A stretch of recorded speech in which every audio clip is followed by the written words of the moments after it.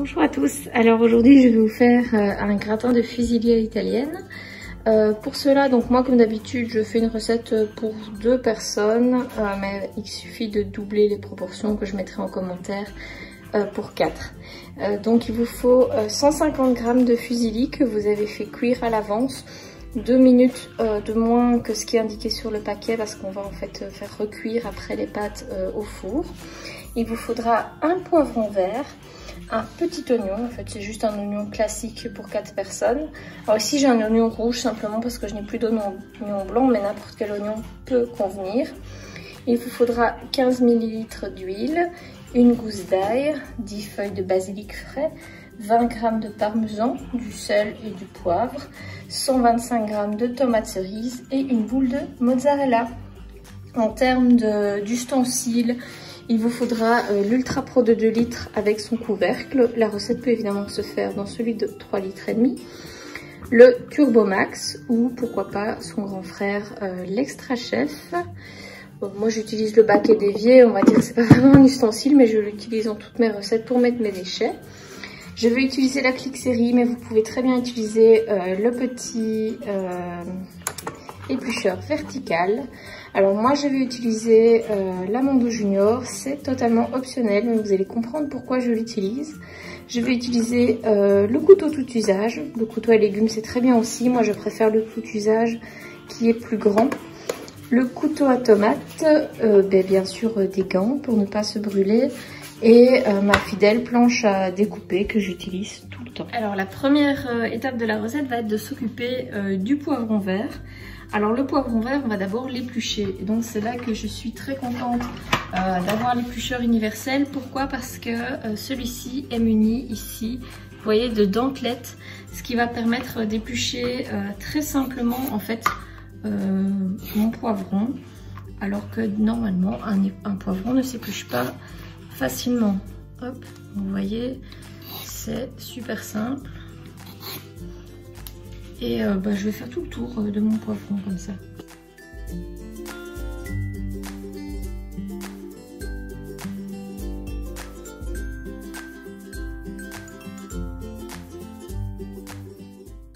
Donc moi je préfère éplucher mon poivron quand il est encore entier parce que je trouve ça plus facile que quand on l'a déjà découpé. Hop, voilà.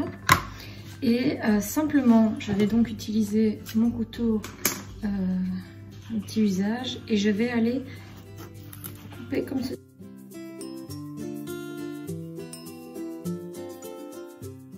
Ce qui va permettre d'enlever toute la partie avec les graines et on n'aura plus qu'à rincer l'intérieur.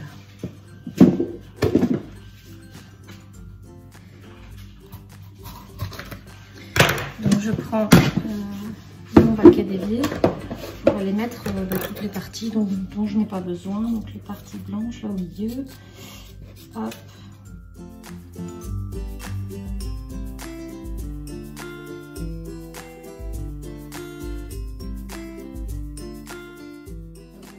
Alors ensuite je dois faire des lanières avec mon poivron que je dois mettre directement dans mon Ultra Pro.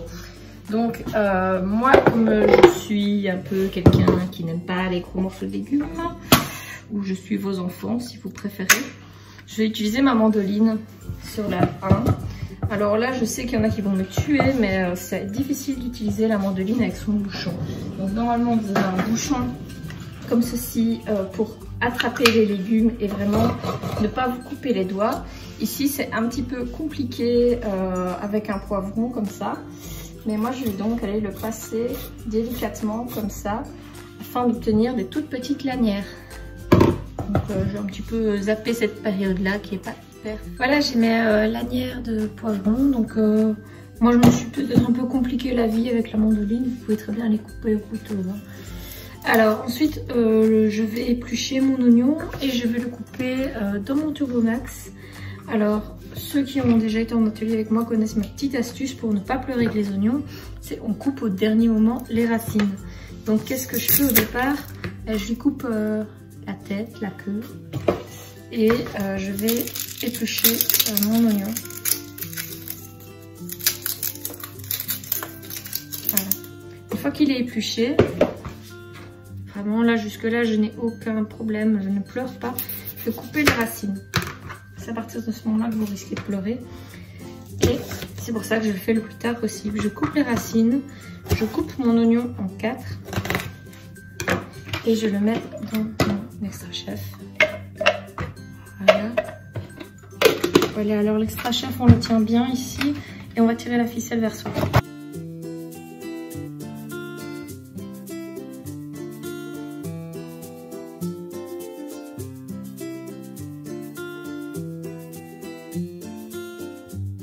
Voilà, j'ai obtenu quelque chose de très fin.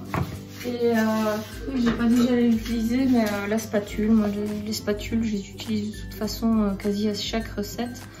Donc on n'en a jamais assez chez soi. Hop. Et je verse ça dans mon Ultra Pro. Pour rappel, l'Ultra Pro c'est un plat qui va au four, qui va au micro-ondes, qui va au congélateur, qui va au frigo, qui va ici au lave-vaisselle comme la plupart de nos tupperwares. Donc c'est vraiment un plat, je dirais un must-have en fait dans la cuisine. J'ai un petit peu mélangé mes oignons et alors c'est à ce moment-ci que j'ajoute de l'huile d'olive. Hop. Très facile avec ces petites bouteilles là, franchement j'adore. Je me demande si j'en achèterais pas une pour la grenadine. Ainsi on n'en met pas sur le bord de la bouteille, ça m'arrive souvent. Hop.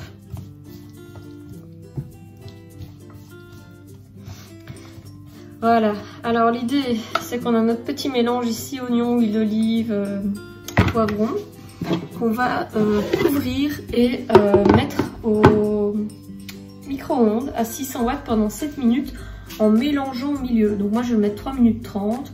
Quand elle aura fini, hop, j'irai un peu mélanger, puis je remettrai 3 minutes. Alors pour ceux qui n'auraient pas de micro-ondes, qui ne veulent pas utiliser le micro-ondes, il est totalement possible de faire cuire vos poivrons et votre oignon au four pendant une vingtaine de minutes, je pense.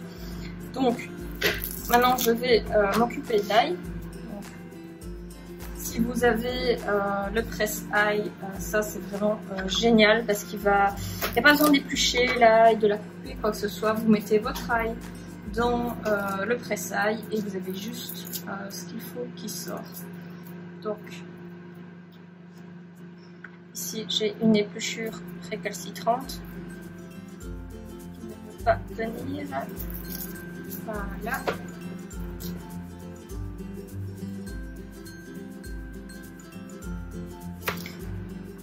Alors mythe ou pas, on m'a toujours dit que c'était mieux de retirer le germe de l'ail pour le rendre plus digeste. Hop, je ne prends pas de risque, je le retire. Donc je vais reprendre mon Turbomax de tout à l'heure. Je vais mettre l'ail, je vais mettre mes feuilles de basilic. Et je vais hacher. Normalement, je dois déjà mettre le parmesan, mais pour que le basilic soit bien haché, je préfère le mettre tout seul d'abord.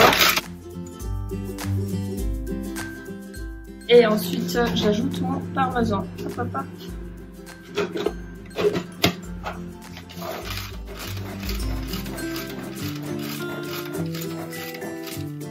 À ce mélange, je vais ajouter ma crème.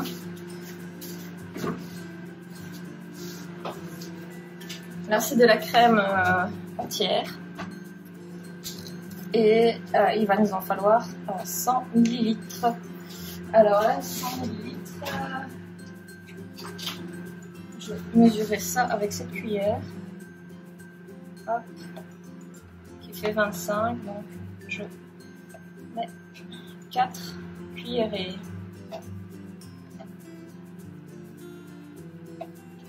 Voilà. Et je recommence. Je vais remettre à nouveau mon couvercle et je continue.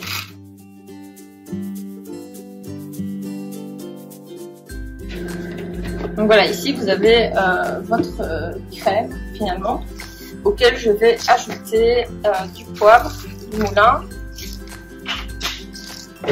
Les moulins à sel et à poivre sont vraiment géniaux, très pratiques. Moi, ce que j'aime beaucoup, c'est qu'ils se tiennent comme ceci, alors que les moulins en bois classique se tiennent à l'envers. Et on se retrouve finalement avec plein de poivre et plein de sel dans ces étagères.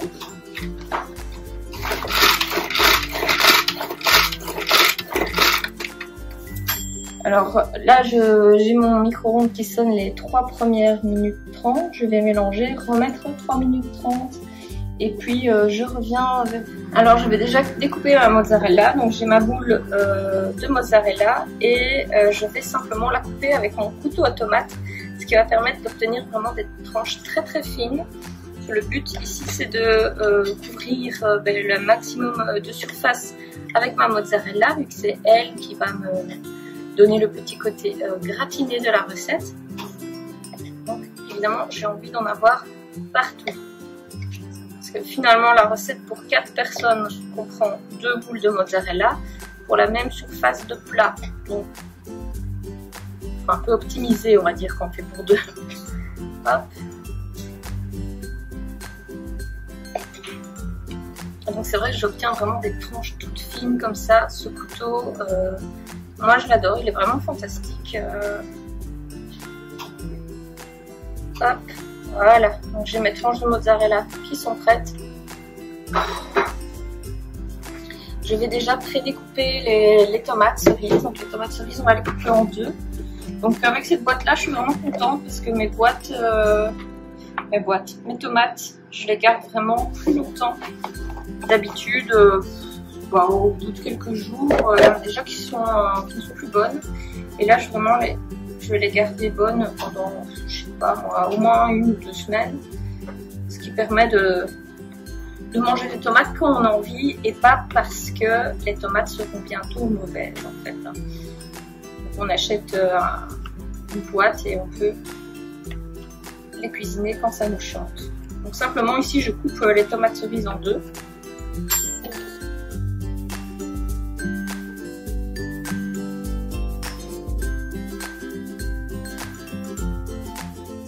Alors, je vais sortir du micro-ondes ultra propre avec mes gants parce que c'est chaud quand même.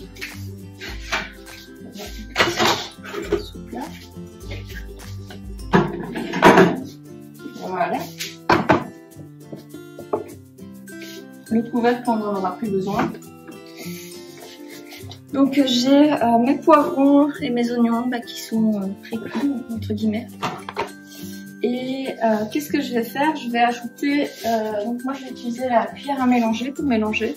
Elle est vraiment chouette, très pratique. Ça remplace en fait la cuillère en bois traditionnelle. Je vais mettre mes pâtes. Je mets ensuite la petite crème qu'on a composée ici avec le parmesan, la crème, le basilic, quelque chose de bien light. Hein. C'est du mou évidemment. Voilà.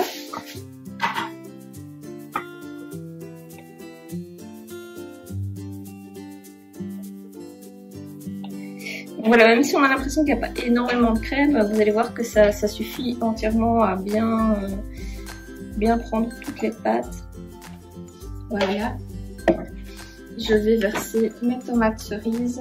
Donc j'obtiens ceci et je mélange doucement pour pas en mettre à côté. L'idée c'est d'avoir un petit peu de tout partout.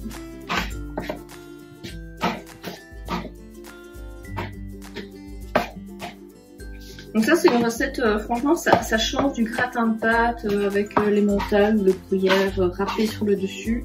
D'ailleurs mon homme était très étonné la première fois que je l'ai faite et qu'il n'y avait pas de gruyère, hein, mais elle est où la coupe qui me disait comme ça. J'ai dit écoute, on va faire confiance à la recette. Hein. Et finalement la mozzarella comme ça a fait une super coupe, c'était vraiment génial. Ce qui est chouette aussi c'est que ce genre de recette, vous pouvez préparer à l'avance.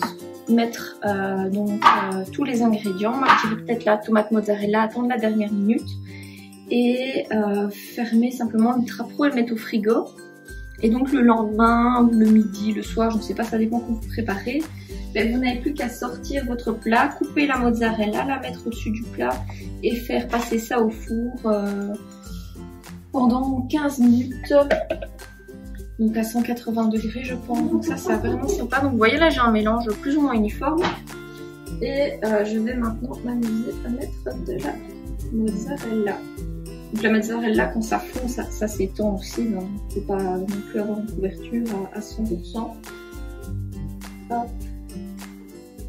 Et c'est vrai qu'avec les fines tranches qu'on a faites, on arrive quand même avec une seule boule à avoir